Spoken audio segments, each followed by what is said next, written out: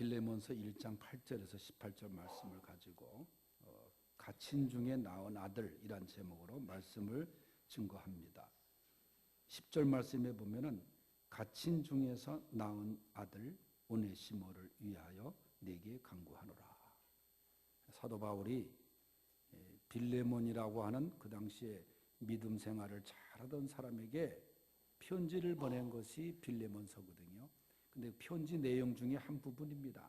내가 갇힌 중에서 낳은 아들이 있는데 그게 오네시모라는 사람이다. 내가 그를 위해서 내게 지금 간구하는 것이다. 사도 바울이 결혼 안 하고 산 사람인데 아들이 있었겠어요?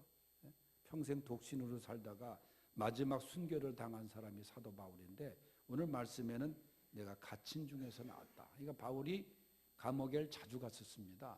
그래서 감옥에 가서 성경을 쓴 것이 이 빌립보서, 빌레몬서, 여러 성경이 있어요. 고린도서. 그러니까 감옥 안에서 다 하나님의 영감을 받아서 성경을 쓴 거예요. 그걸 옥중서신이라 그러는데 그 감옥 안에서 나왔다는 건 뭐예요? 내가 복음을 통해서 복음을 전하고 예수님의 피 묻은 복음, 그 복음을 전해서 하나님의 자녀를 얻었다는 거예요. 그 말입니다. 말씀으로 전도해서 오네시모를 내가 낳았다. 그래서 그 아들처럼 생각하니 바울은 이 오네시모도 아들이라고 얘기했지만은 또 디모데란 사람을 내 믿음의 아들이라 그렇게 얘기하기도 하지 않았어요?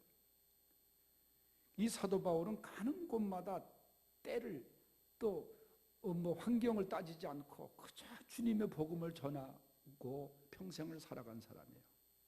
그래서 그 주변에 믿음의 아들들이 많았습니다. 말씀드린 디모데, 또 실라, 데마, 브리스길라와 아굴라 여러 사람들이 바울 곁에서 복음을 받아들이고 바울과 함께 아름다운 동역을 했죠. 그 중에 한 사람이 오네시모입니다. 오네시모라는 사람은 원래 빌레몬이라는 사람의 노예였습니다. 노예. 신분상 노예였어요. 그런데 이 오네시모라는 사람이 그 당시에 노예 제도가 주인에게 예속돼서 생명까지도 다 바치고 충성해야 되고 만약 도망치다 잡히면 죽임을 당할 수도 있는 신세가 노예인데 이 오네시모가 무슨 사고를 쳤는지 도망을 쳤어요. 다만 이 사고의 내용은 18절에 보면은 그가 만일 네게 불의를 하였거나 네게 빚진 것이 있으면 그것을 내 앞으로 계산하라. 바울이 오네시모가 너에게 빌레몬에게 불의를 행하였거나 빚진 것이 있으면 내 앞으로 다 계산해라. 내가 다 갚아주리라. 그러니까 아마 불의를 행했다. 그래서 성서학자 중에는 오네시모가 이 빌레몬의 집에서 돈을 훔쳐가지고 그 다음에 도망을 쳤다. 그렇게 해석하는 그런 사람도 있습니다. 어쨌든 불의한 일을 행했어요. 그러니까 빌레몬은 이 오네시모를 잡기 위해서 아마 수배의 용돈이 했겠죠. 그런데 오네시모가 잡혀간 곳에 누가 있었냐? 바울이 있었던 거예요. 그러니까 바울과 한 방을 쓴 거예요. 바울은 오네시모가 들어오자마자 전도합니다. 그래서 오네시모가 거기서 복음을 받아들입니다. 오늘 9절 말씀에 보면은 도리어 사랑으로서 간구하노라. 나이가 많은 나 바울은 지금 또 예수 그리스도를 위하여 갇힌 자 되어 내가 이렇게 나이가 들었지만 난 복음을 위해서 나는 복음을 전하다가 갇혔다는 거예요. 그런데도 그는 그곳에서 계속 주님의 복음을 전합니다.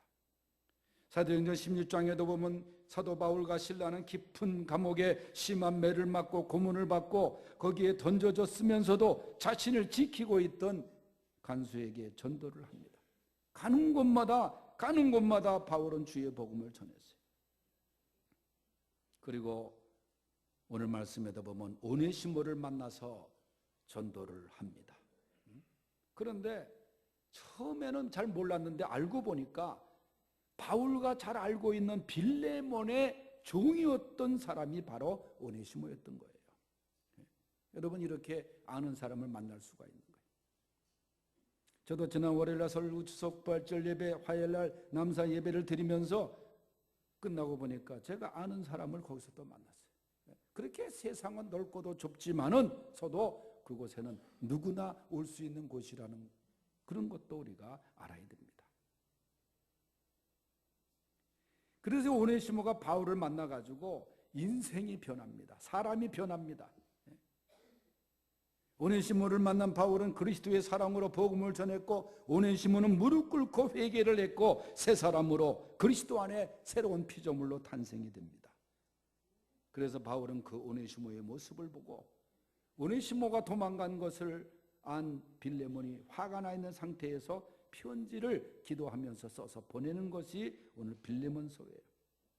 바울은 다른 사람을 시켜서 편지를 대필할 수도 있었지만은 19절에 보면은 너무나 간절한 마음으로 나 바울이 친필로 쓰노니, 바울이 직접 편지를 썼다는 거예요. 사실 편지는 친필로 받아보는 것이 더 감동이 오는 거예요. 요새는 이메일로 보내서 한번 탁 늘리면 쫙 날아가잖아요. 옛날처럼 펜으로 쓰는 것이 얼마나 거기에 묻어있는, 그리고 다시 지웠다 다시 쓰고 말이에요. 저는 이 만년필을 좋아하는 것이 만년필로 편지를 많이 썼거든요. 옛날에 원고지에다 그냥 편지를 썼는데 시간은 많이 가도 그게 사실 편지에 어떤 묻어있는 정이 있거든요. 그런데 바울이 친필로 썼다는 거야, 그걸 빌레몬에게. 이렇게 오네시모가 내 곁에 있는데 그를 용서해다오. 그러면 이 갇힌 중에서 나온 아들, 갇힌 중에 나온 아들. 여러분, 제가 가끔 이렇게 세례식을 하다 보면은 참 눈물겨운 일이 있어요. 여러분, 사진 한 장 보여드리는 사진이 뭐냐면은, 제가 언젠가 세례식을 행하는데 애기 엄마가 애기를 안고 있다가 아기를, 목사님 이 아들도 세례 줄 수 있어요? 그런 거예요. 그래서 설구치소에서 난 아들이에요.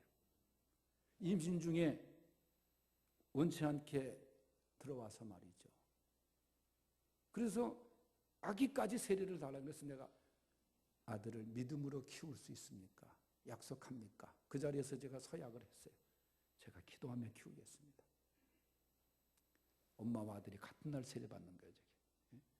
여러분, 이렇게 아기를 낳으면은 또 대부분의 어려운 사람들이에요. 그러면 우리나라 정부가 이 대통령들 나온 사람들이 막 복지봉치 떠들고 있는데 저 비용은 나라에서 주질 않습니다. 본인이 다 물어야 돼요. 아기 낳고 잠시 이제 집행에 대해서 바깥 병원에서 아기를 낳고 조금 조리하고 다시 구속이 돼요. 아들하고 함께. 그럼 그 비용을 본인이 물어야 되는데 어려운 사람들은 저 비용이 큽니다. 한 200만 원 이상 들어가요. 그러면 그들이 저한테 연락을 해. 기독교 회장 목사님 좀 도와주셔야 됩니다. 자기들이 동고도서 하면 되는데 왜 나한테 전화를 하는지 모르겠어. 저렇게 해서 저 아들 나오면 일정 기간을 키우다가 밖에 무조건 내보내야 돼요.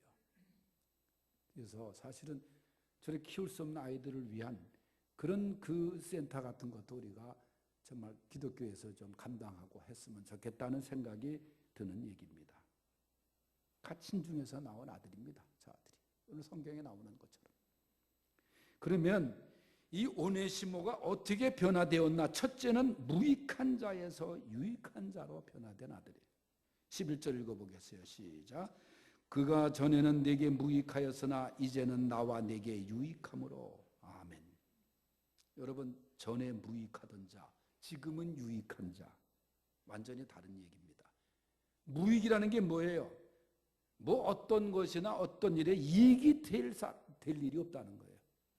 이거보다 더 나아가서 하는 얘기가 뭐라 그래요? 백해무익한, 그런 얘기 하지 않습니까? 손해만 끼치지 이게 어떤 득이 되는 게 하나도 없다는 거예요. 오네시모가 그런 사람이었어요. 여러분, 이런 무익한 사람이 되어서는 안 됩니다. 오네시모가 그렇게 살았지만은 복음을 받아들인 이후에 유익한 사람으로 변화되었다는 거예요.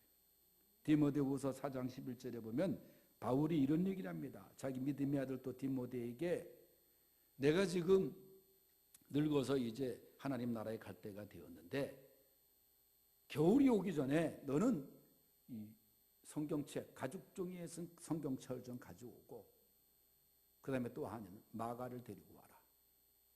마가가 나의 이 일에 유익하니라. 그런 말을 해요. 옛날에 전에는 마가가 다투었거든요. 다툼의 사람이었어요. 그러나 마가가 달라졌습니다. 그러면서 마가를 데리고 와라. 그가 나의 일에 유익하니라. 여러분, 우리는 유익한 사람으로 나가야 됩니다. 하나님께서 우리에게 너는 나에게 유익하다 인정하시면 우리는 가장 귀한 사람인 줄로 믿습니다. 하나님이 유익하다 그러면 다 유익한 거예요. 오네시모는 복음적인 사람이 되었고 그 다음에 그로 인해서 모든 사람에게 유익한 사람이 되었다는 거예요. 근데 놀라운 것은 원래 오네시모의 뜻이 유익한 사람이에요. 뜻이 부모가 아이를 이 오네시모를 낳고 너 유익한 사람이 되거라, 도움이 되는 사람이 되라, 그게 뜻이 오네시모거든요. 근데 그가 이름처럼 살지 못했어요. 근데 이제는 예수를 믿고 난 다음에 이름의 뜻대로 사는 정말 유익한 사람이 되었습니다. 우리 기독교인은 정말 유익을 주는 사람이 되어야 돼요. 무익한 사람이 되어서는 안 돼요. 해를 끼치는 사람이 더욱 되어서는 안 돼요. 언젠가 제가 말씀드렸지만은 저 홍천의 11사단 앞에 강제구 소련 기념관에 가면은 지금도 그 어머니가 권사님이셨는데 그 아들 강제구 그 당시에 대위에게 보낸 편지가 친필로 쓴 편지가 거기 전시되어 있어요. 그분의 그 편지 중에 한 내용이 뭐냐? 제구야 유익한 사람이 되거라. 그 어머니 편지예요. 그게 어머니가 권사님으로서 아들을 위해서 기도하고, 그 육군사관학교 졸업하고 그 다음에 대위 때 월남전 파병 훈련을 받다가 부하가 떨어뜨린 수류탄을 끌어안고 죽지 않았습니까? 얼마나 유익하고 희생적인 죽음을 당한 사람입니까? 여러분, 오네시모처럼 강제구 소룡처럼 하나님 앞에 유익한 사람으로 살기를 바랍니다. 두 번째는 도망자에서 다시 주인에게로 돌아간 아들입니다. 말씀드린 대로 오네시모는 빌레몬의 종이었어요. 그 당시에 종은 정말 목숨까지도 주인에게 예속되었습니다. 그러던 어느 날 오네시모가 도망을 치죠. 그것도 그냥 간 것이 아니라 주인이 아끼는 것, 무엇을 갖고 가는지 모르지만 아마 돈을 갖고 갔던 것 같아요. 그러니까 바울이 내가 나중에 갚아줄 것이니 그를 용서하라 그러지 않습니까? 그러면서 12절에 보면은 네게 그를 돌려보내노니 그는 내 신복이라 그랬어요. 내가 그를 돌려보낸다. 그러니까 사도 바울은 강제로 돌려보내는 게 아니에요. 오네시모도 내가 주인에게 가서 이제 믿고 보니까 주님을 영접하고 보니까 내가 주인에게 못된 짓을 했다. 근데 주인에게 가서 용서를 구하고 회개해야겠다. 그래서 오네시모도 스스로 가기를 원했던 거예요. 당시에 이것이 다른 주인이라고 하면은 그를 죽일 수도 있습니다. 그 당시에 노예에게는 노예를 인정하는 그 글자를 이마에 찍어서 일생을 핍박 중에 살다 죽게 되는 노예도 많았습니다. 이런 상황을 누구보다도 잘 알고 있는 오네시모는 그래도 내가 주인에게 가서 회개해야지, 잘못을 고해야지, 이게 얼마나 큰 결심인지 몰라요. 어찌 보면 우리가 하나님 앞에 죄로 인해서 하나님을 멀리 했다가 그저 내가 하나님 앞에 손들고 나가는 그런 모습이 아닌가 생각이 됩니다. 원래 오네시모는 빌레몬에게 가서 용서를 구하는 게 원칙이에요. 또 믿음의 사람 빌레몬은 오네시모를 용서하는 것이 원칙입니다. 그러나 바울은 빌레몬이 오네시모에게 아마 인간적인 분을 품고 있을 수도 있다 생각을 한 것 같아요. 응어리가 있을 수도 있다고 생각한 것 같아요. 그래서 바울이 중간에 아주 지혜롭게 호소를 합니다. 그것이 14절부터 쭉 나오는데 한번 이 바울이 오네시모를 보내면서 빌레몬에게 편지한 내용입니다. 14절부터 길지만 우리 읽어보겠습니다. 21절까지 시작. 다만 네 승낙이 없이는 내가 아무것도 하기를 원하지 아니하노니 이는 너의 선한 일이 억지같이 되지 아니하고 자의로 되게 하려 함이라. 아마 그가 잠시 떠나게 된 것은 너로 하여금 그를 영원히 두게 하려 함이리니 이후로는 종과 같이 대하지 아니하고 종 이상으로 곧 사랑받는 형제로 둘 자라. 내게 특별히 그러하거든 하물며 육신과 주 안에서 상관된 내게랴. 그러므로 네가 나를 동역자로 알진대 그를 영접하기를 내게 하듯 하고 그가 만일 내게 불의를 하였거나 네게 빚진 것이 있으면 그것을 내 앞으로 계산하라. 나 바울이 친필로 쓰노니 내가 갚으려니와 내가 이외에 내 자신이 내게 빚진 것은 내가 말하지 아니하노라. 오 형제여, 나로 주 안에서 너로 말미암아 기쁨을 얻게 하고 내 마음이 그리스도 안에서 평안하게 하라. 나는 네게 순종할 것을 확신함으로 네게 썼노니 내가 말한 것보다 더 행할 줄 아노라. 아멘. 여러분, 이렇게 간절한 편지를 받은 빌레몬이 감동이 안 끼겠어요. 특별히 20절에는 빌레몬에게 오 형제여 그렇게 말을 해요. 빌레몬을 향해서 오 형제여. 그리고 이 오네시모를 대할 때 나를 대하듯이 해달라. 종으로 여기지 말고 형제처럼 여겨달라. 이렇게 바울이 편지를 쭉 가슴을 울리는 언어를 사용합니다. 이게 예수님의 심정이에요. 예수님의 마음이에요. 이러한 마음이 오네시모를 개조시킨 것이 아닙니까? 그리고 자신의 잘못을 회개하고 주인이 어떤 처벌을 할지도 모르지만은 그저 모든 것을 자기가 영접한 주님께 맡기고 주인인 빌레몬에게 발걸음을 옮긴 이 오네시모도 얼마나 대단한 사람이냐 그 말이에요. 도망자에서 다시 사랑하는 주인의 품으로 돌아간 이 아들 오네시모. 우리도 주님을 멀리 했던 사람들입니다. 다시 주님의 품 안으로 들어갈 수 있는 오네시모들이 다 될 수 있기를 주의 이름으로 축원합니다. 마지막 세 번째는 세상의 종에서 주의 일의 신복으로 변한 아들입니다. 12절 보면은 네게 그를 돌려보내노니 그는 내 신복이라. 신복. 이런 신복은 뭐예요? 그냥 눈빛만 보아도 알고 충성스럽게 그저 그런 그 복종하는 사람을 신복이라 그러잖아요. 신복. 여기에 신복이란 말은 헬라어의 내장이나 간장을 의미하는 뜻이에요. 여러분, 사람에게 내장과 심장이 없으면 당장 죽는 것이 아닙니까? 그러니까 바울은 오네시모가 자기의 심장과도 같은 내장과도 같은 신복이라 그 말이에요. 정말 자기를 위해서 헌신하고 자기를 위해서 헌신한다는 것은 주의 일을 위해서 헌신한다는 거 아니에요? 최고의 동역자가 된 것이 바로 오네시모입니다. 바울이 주의 일을 하는데 나는 그 사람 없이는 일할 수가 없다 인정받은 사람이 오네시모예요.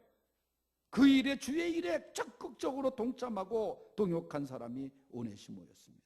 그러니까 바울이 얼마나 오네시모를 사랑하는지 정말 눈물이 날 정도로 표현하기를 11절에 보면은 저는 나의 신복이야. 내게 유익하다 그랬어요. 내게 유익한 자라. 12절에는 내 신복이라 그랬어요. 13절에는 뭐라 했어요? 내 복음을 위하여 갇힌 자 중에서 네 대신 나를 섬기고자 나를 섬길 자라 그랬어요. 17절에는 뭐라 그랬어요? 나를 동역자로 할텐데 그를 영접해 다오라 그랬어요. 18절에 만일 불의한 일을 했거나 네게 빚진 것이 있으면 내가 내 앞으로 얘기하라. 내 앞으로 다루라 그 말이에요. 내가 다 갚을 것이다. 네. 여러분, 이제 오네시모는 세상의 노예가 아닙니다. 바울의 큰 사랑을 받게 되었어요. 주님의 사랑의 포로가 된 것입니다. 그리고 본문에는 나와 있지 않지만은 바울의 이러한 간절한 편지로 인해서 빌레몬은 오네시모를 용서하고 받아들였을 것입니다. 왜냐? 여러분, 빌레몬이라는 이름의 뜻이 뭐냐면 사랑을 간직한 자예요. 사랑을 간직한 자 이 빌레몬이 아마 오네시모가 무릎 꿇고 그랬을 때 끌어안았을 거예요. 너는 이제 나의 형제라. 오네시모는 이제 세상의 노예에서 복음의 노예가 되어서 복음의 종으로 떳떳하게 복음을 전하면서 살게 되었습니다. 바울의 사랑과 빌레몬의 용서가 오네시모를 낳은 거예요. 성경이 없는 이야기지만 유대나라의 이야기에 의하면 오네시모가 나중에 에베소 교회의 목사가 되었다 그런 기록이 있습니다. 도덕이 변해서 목사가 됐어요. 훌륭한 지도자가 됐어요. 이 세상의 종이었던 오네시모가 초대교회를 위해서 헌신하는 그런 신복이 되었습니다. 주님의 신복이 되었어요. 이렇게 세상의 사람이 변해서 주님의 신복이 되는 역사가 나타나는 것입니다. 지난번에 말씀드린 대로 떡을 많이 해갔어요. 이틀 동안 먹었대. 이틀 동안 떡을 내가 들어보니까. 예. 그런데 그저께 편지가 하나 왔는데 마지막 그 편지를 제가 하나 보여드릴게요.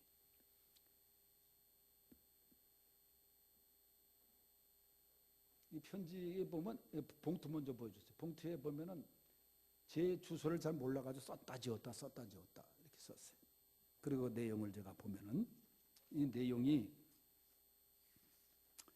여러분의 푸른 초장에도 그대로 이번에 글씨체를 제가 담아서 주보에도 했습니다만, 광성교회에서 보내주신 떡으로 방 사람들과 함께 어제 오늘 맛있게 배를 채웠습니다. 저는 저번 주에 입소하여, 그러니까 지난주에 거기에 들어왔다는 거예요.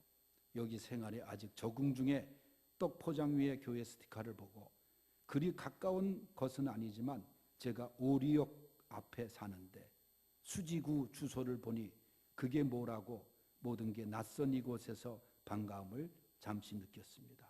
자, 이거 오리역 근방에 사는데 수지라는 주소를 보고 우리 동네인데 하는 걸 느꼈다는 거야. 너무나 힘들 때. 저는 교회를 다니는 사람이 아닙니다만 그저 감사의 뜻을 전합니다. 교회 다니는 사람한테는 편지한 적 없었어요, 이번에. 근데 교회는 자기 다니지 않는데, 그러면서 어리석게도 뒤늦게야 잘못을 깨닫고 반성 중입니다.